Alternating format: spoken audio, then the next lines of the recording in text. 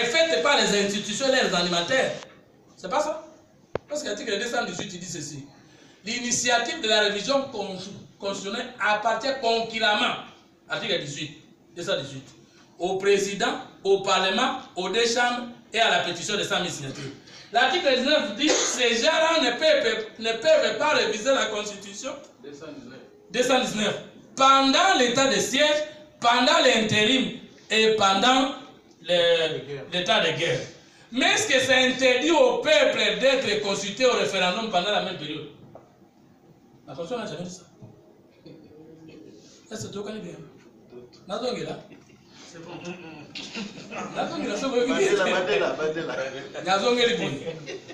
L'article 218, le titre c'est de la révision constitutionnelle.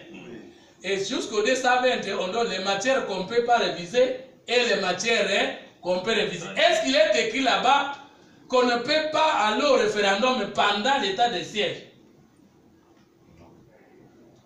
C'est pas dit comme ça. On dit seulement à ces institutions, à ces animateurs, ils ne peuvent pas réviser les dispositions non verrouillées pendant cette période-là.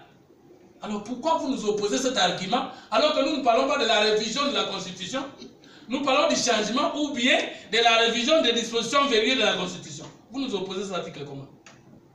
2. L'état de siège, mais il est proclamé par le chef de l'État. Nous pouvons le retirer. Et vous voulez que cette guerre continue? Nous pouvons la terminer. C'est pas un verrou. Mais où est le problème? Tu comprends pas au juste. Est-ce qu'il y a un moment où la Constitution a dit on ne peut pas faire le référendum pendant telle période? Le référendum, c'est la souveraineté du peuple. On peut les consulter pendant la guerre, on peut les consulter après la guerre, on peut les consulter pendant tout le temps. Ce n'est pas interdit dans la Constitution. C'est clair. Qu'est-ce que tu peux encore dire? Dialogue. Oh, mais le dialogue est permanent. Il y a l'opposition, la majorité au pouvoir, au Parlement, il y a la minorité au Parlement. Vous ne savez pas que le dialogue dans un État démocratique est institutionnel. Est-ce que les Français ils font le dialogue interindividuel? Non. Est-ce que Mélenchon n'a pas de pouvoir? Non, je ne sais pas. Donc il y aura un moment, un président arrive ici, si on a salé Moutouba, les Congolais continueront à s'opposer comme les Français s'opposent, les dialogues dans un pays et dans les institutions. Mais Martin Fayoul, s'il veut nous rejoindre au pouvoir, il est libre. Comme moi aujourd'hui, s'il veut quitter la majorité au pouvoir, je suis libre. Mais pourquoi vouloir réduire ce qu'est au niveau de dire tu n'as pas été élu, je suis le président élu, viens en dialogue? C'est pourquoi le président a répondu il n'y a pas une crise institutionnelle, mais quel dialogue? Mais le président, c'est qu'il est parmi les présidents le plus accessible, je vous informe. Il a été sur depuis tout beau temps, on a beaucoup de choses, président Mogoke, sur le lingo comme ça, il ne peut pas aller, il a effacé. So il dit basala yakana l'accent. Ah et comment? So go lingo kutana kutana. Je vous assure que la présidente n'a pas été civilisée depuis que c'est arrivé au pouvoir. Parce que dans une place monte autant la musique. Mais le comment il y a biso. Ça l'audience. Au cas où que le président va vous recevoir et puis au cas où quand ngayo. Il y a aucun ngayo que ça président na yoko. Bon ba dirigeant français baba na kukuta. Ngana yebi leki ya mwasi na ngai azwana mbai na ye na mboka moko na France akobona président Macron na téléphone na yeke ngana mbai na tuzwana na bien na sur bien Macron tindela moto tinanda kwa tuba solution na problème na. Je pense que le président Tshisekedi n'est pas loin de ce genre de président pour le dialogue à la champion. Merci beaucoup. D'autres questions? Oui. Je vais parler ça. Oui.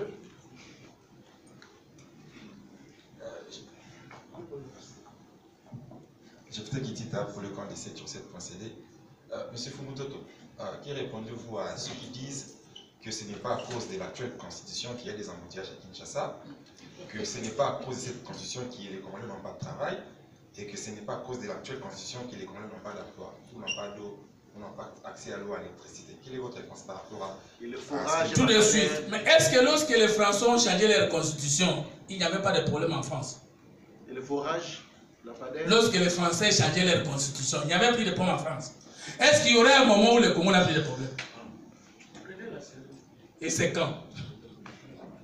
Nous avons étudié plus de 10 constitutions ici.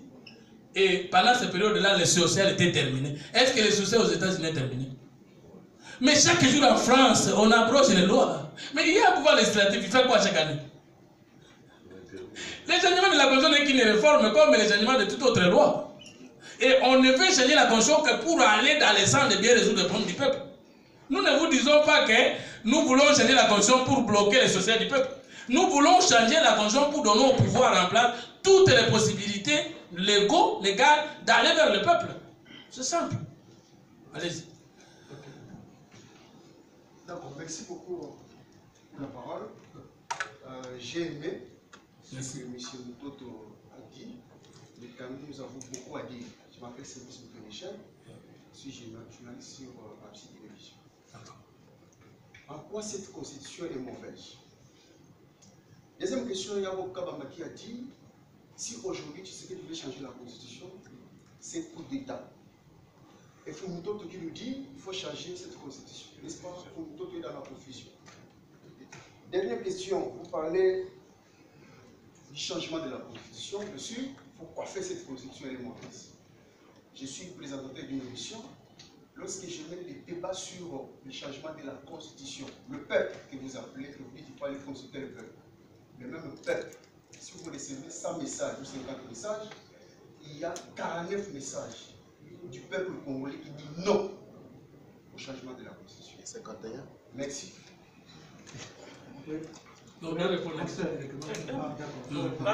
S'il vous plaît, non, je n'ai que des banques en portugais. Hein? C'est la question qu'on a.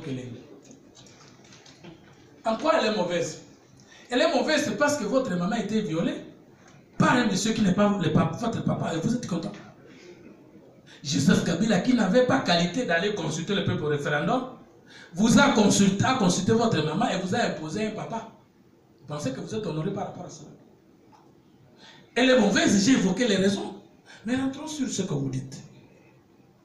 Vous dites Bob Kabamba, c'est quoi le politologue dit? Si nous changeons cette constitution, nous allons orchestrer un coup d'État. Constitutionnel, il faut préciser aussi. Parce que c'est bien ce qui va dire. Ah, mais ça m'étonne. Vous connaissez Napoléon Bonaparte?